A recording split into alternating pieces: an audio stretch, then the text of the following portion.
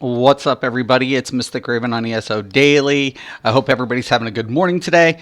So, I've been doing a couple of tests with STAM and Magicka classes in Morrowind PTS. I can't reveal anything about the Warden, so there will be nothing about the Warden in this video. So, this is just basically the classic classes as they stand. Some of the good and bads, what I've noticed thus far. I'm still testing things, still going in, and there's a lot. There really is a lot.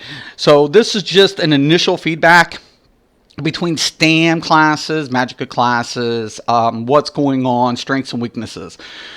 So first off, I'm going to put it out there for ZOS, especially for ZOS.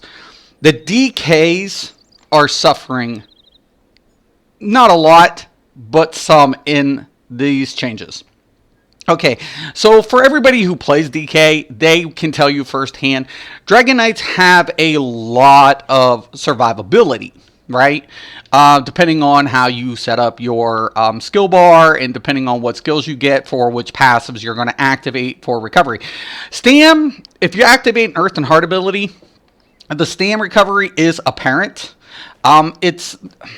It's kind of insignificant in a lot of ways. So making sure you're using your right glyphs for jewelry is it's a necessity. It is just is a necessity.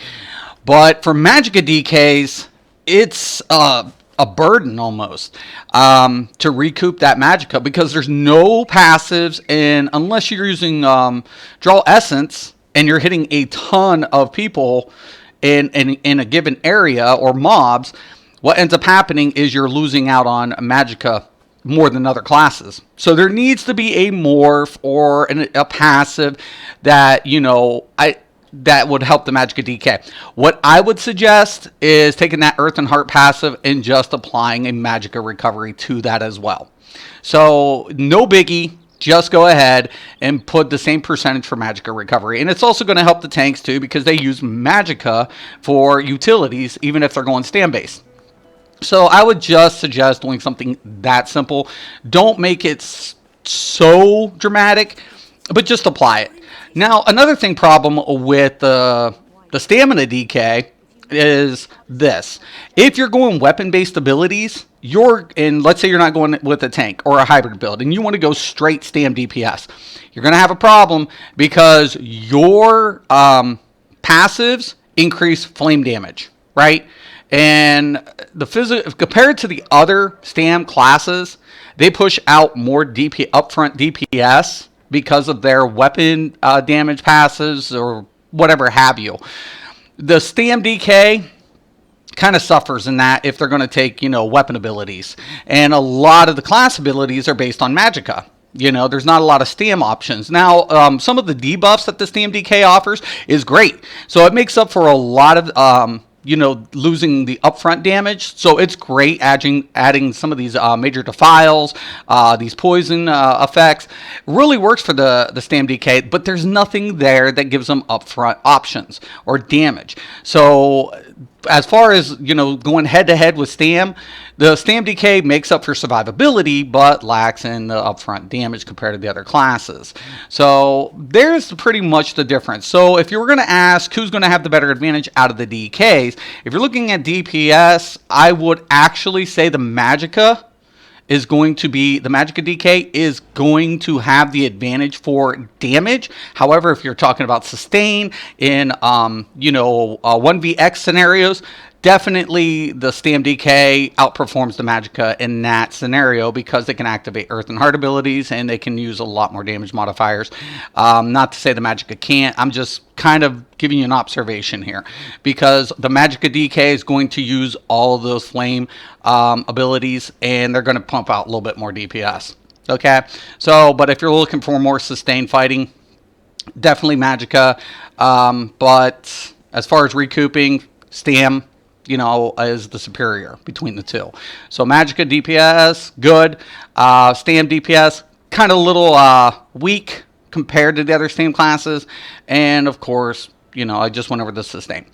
All right, so let's also talk about sorcerers. I'm still trying to get into the Magicka sorcerer. Magicka sorcerers are They could do well. They're pushing out a nice amount of damage. No problem there. Survivability becomes the issue depending on your build and what you're going to have to pick up. Resource management, not a real big problem. There's a lot of options for the Sorcerer as far as that. Stam Sorcerers are having a problem with this, but you can also actually take the Morph into one of the abilities and use some of your magicka to regain stamina. So no biggie there for either sorcerers as far as magicka or stamina. The problem with the sorcerers is this: the Stam Sorc. I played with the Stam Sorc. I was just mauling, just killing so much stuff. But one of the problems that the Stam Sorc has is because you're going to use Hurricane and you're going to put bound armaments on, and probably Camouflage Hunter most likely, unless you're running two throw. Is the simple fact that it lacks in the crit. So the sorcerers are done really well. Not a lot of problem there. Sustain, there are options around the sorcerer. So I wouldn't suggest anything with the sorcerer. Sorcerer looks pretty good.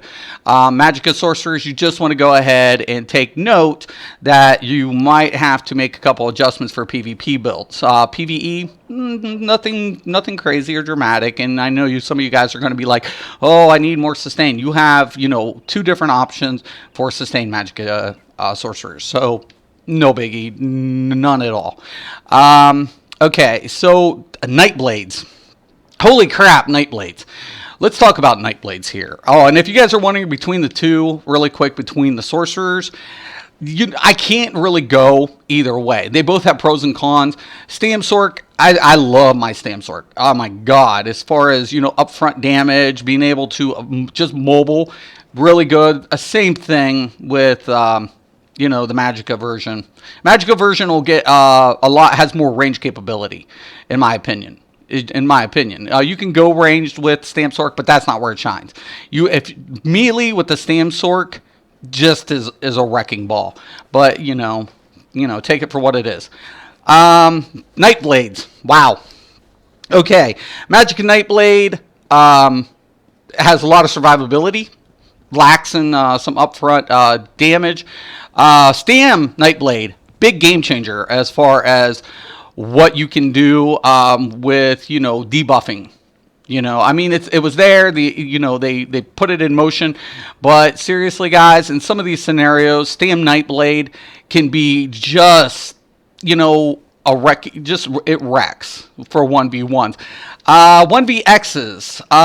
It lacks some of the mobility that the Stam Sorc has, but being able to cloak in and out and use that to your advantage has always been Stam Nightblade strength, as well as the Magicka Nightblade. Magicka Nightblade deals a nice amount of damage, has mobility and survivability. So I would say that if you want to go, be effective for the Nightblade, Stam Nightblade is very effective right now. If you want to be a team player, and that means in group scenarios, the Magicka Nightblade shines more than the Stam Nightblade in group scenarios. And I mean as far as like Refreshing Path, Funnel Health, all of these abilities really bring group play. It shines in group play a lot better than the Stam. Stam debuffs, though, don't kid yourselves. It can do really good in 1v1s and help group play, but in my opinion, Magicka Nightblades do better in group play and suffer a little bit more in the 1v1 scenarios. Templars.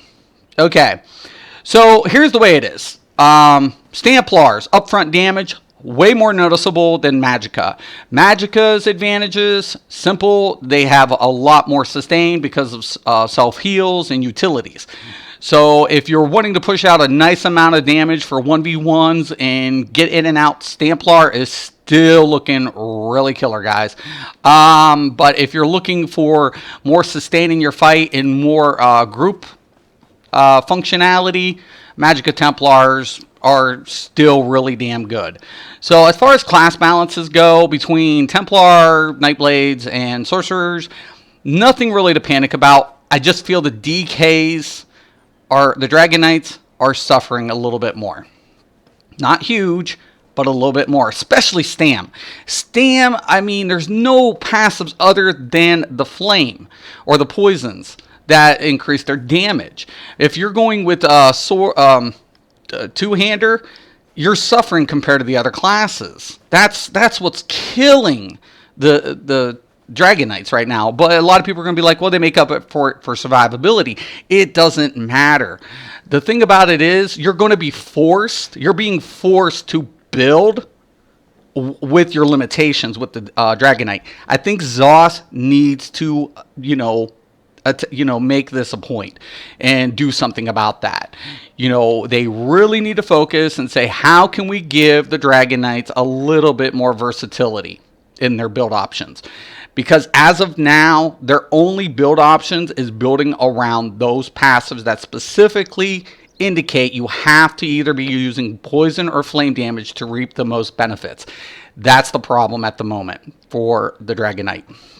So other than that, guys, everything looks good. No panic buttons. Don't worry about all of the crap about, resource management. It's true, you're going to have to be throwing in some heavy attacks to maintain. You're going to have to watch your enchantments on your jewelry. You're going to have to take into consideration if you're going to be using vampire or werewolf, and you can't negate that no more. So you're going to have some negative effects. So keep all this in mind, but I wanted to give you guys an update, give you a report. Everything else looks good. But ZOS, please, for God's sakes, help the Dragon Knight just a little bit. Doesn't need to be a lot, but they need something, okay? And I'm being unbiased here. Dragon Knights, though, are having a little bit of problems as far as damage output. But like most people are going to say, they have survivability to make up for it. Question of it is now, is that your only option for the DK?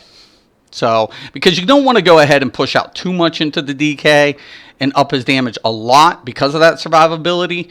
But survivability isn't going to mean shit if you can't push out as much damage in comparison to the competitors. Stam DK hurts because of that. Magicka DK, not so much, because they're going to be using a lot of flame abilities in their skill, because a lot of their class-based abilities are flame. The problem with the Magicka DK at this moment is just sustain, because they don't, when activating an Earth and Heart ability, it offers nothing for Magicka return. They have no abilities other than draw lessons for a Magicka return.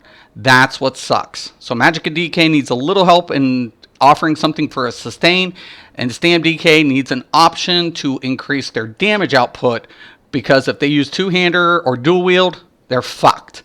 And there's not enough class-based abilities or poison-based abilities to offer the Stamina Dragon Knight to keep in, a lot of scenarios. So there it is, guys. Just my opinion. Just my opinion and my observation. You can either like it or not. That's up to you guys. If you have any questions or comments, post below. I do want to thank everybody for watching. And once again and always, thank you and have a nice day.